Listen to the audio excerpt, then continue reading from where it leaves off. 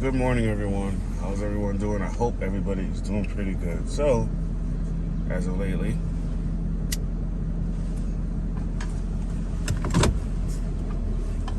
little update. So, definitely, since I got the tires replaced,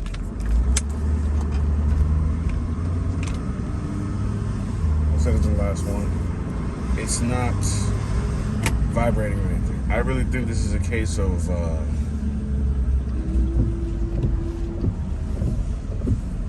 dealership just trying to scam people. I kind of found it weird and odd. I didn't trust it, so I started talking to other people dealing with this particular dealership. And they said, nope, don't go there because they'll try to screw you over and take your money and say you need things that you don't need. Now, the leaks, I did report leaks that I was having oil leaks. So that may have to get addressed. We'll see. Nissan said they were going to get back to me again today. And they have been upholding their end, so they've been contacting me, but I think this is just a dealership thing now at this point. Dealership is really holding back this process because dealership said that basically what they were waiting on is records from the dealership. Good thing, no matter what I had to get done to this thing, I always took it to the dealer. I did that because with these newer vehicles, I'm not trying to leave anything to chance. But it's almost would be better for me to do my own oil changes than to have someone else do it. Because someone else does it, you never know if they're going to do the thing right, or if they're even going to treat the vehicle like it's their own. That's how I see when you're doing things like this. Do it almost like it's your own vehicle, because you're going to take care of it, because you don't want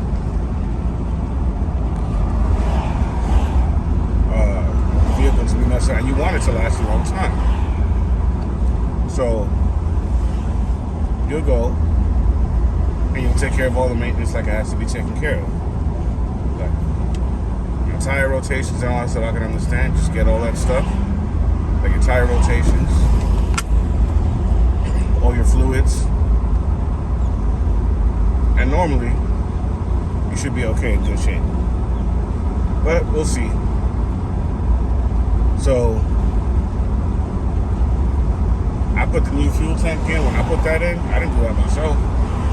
I did that at the dealer. I had them do it.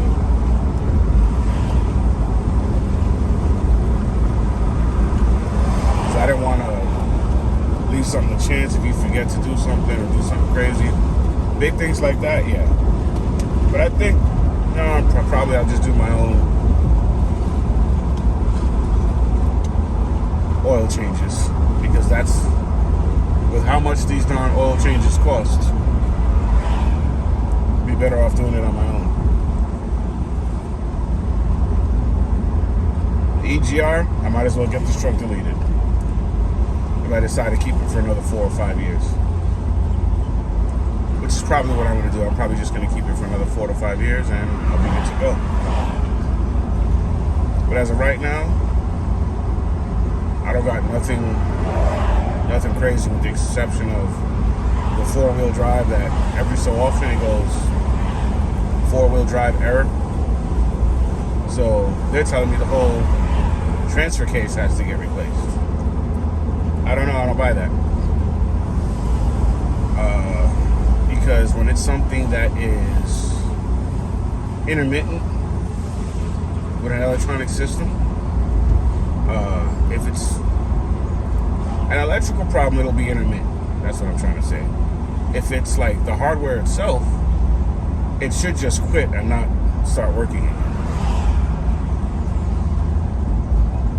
So we'll see.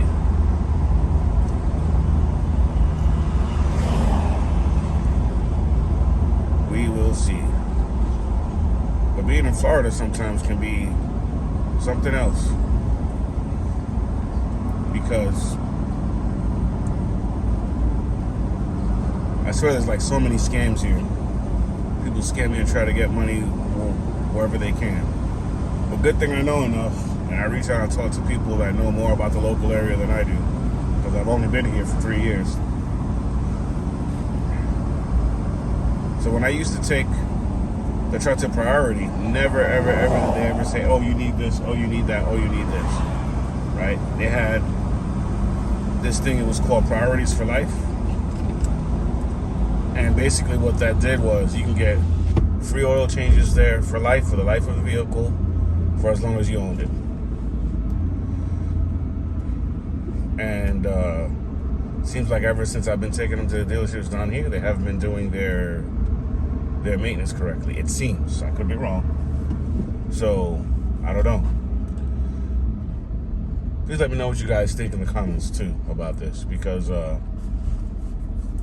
these vehicles definitely aren't, 5 or 10 G's, or they're not beaters. These things are, normally between 40-something and up, depending on the configuration you get.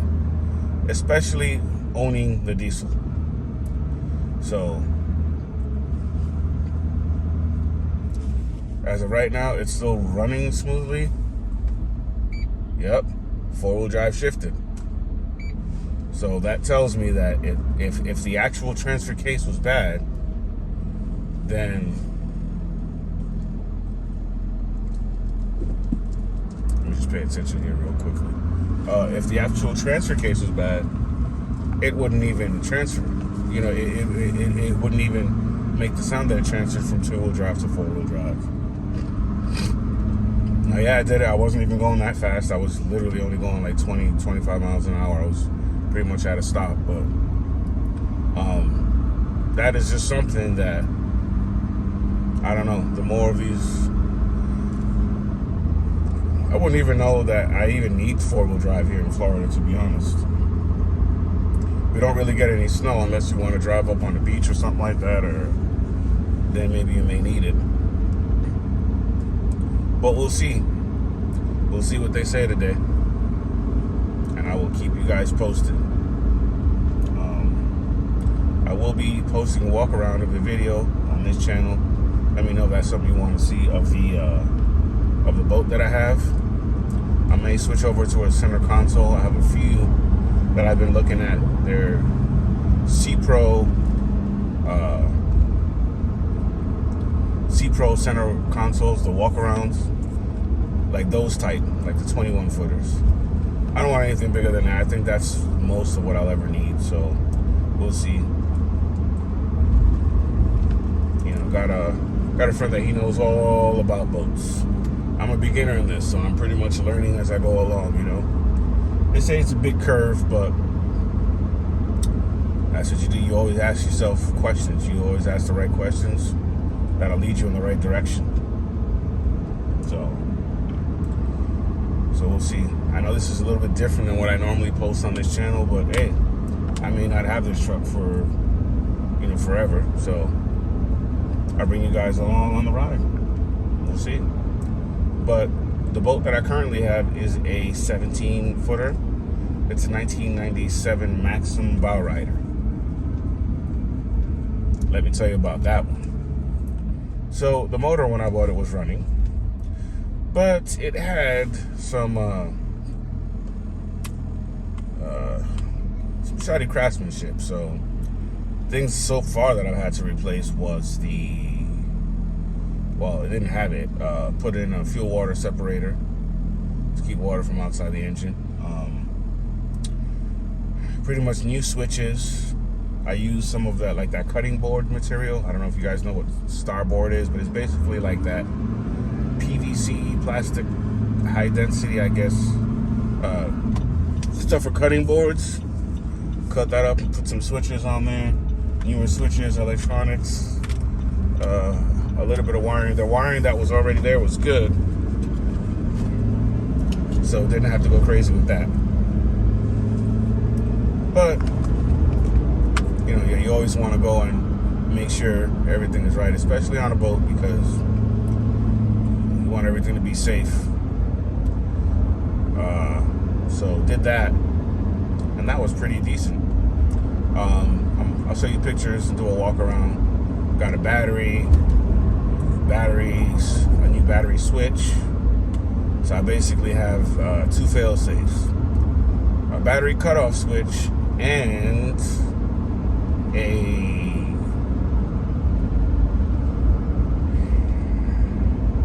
another cutoff switch. So just in case. And the actual battery box as well.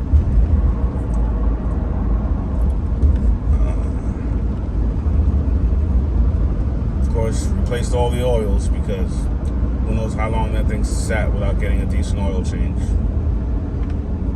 And the trim tilt hydraulic fluid that allows your outdrive or outboard motor to go up and down. Yeah, that was looking kind of nasty and milky. So we flushed all the old stuff out, and we're gonna put the new stuff in. We had no running lights, so they're gonna be the green and red lights that'll show the left and the right side of the boat. The left and right aspects, which is port and starboard.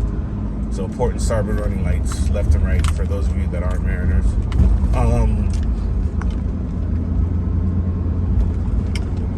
Some overall decent cleaning.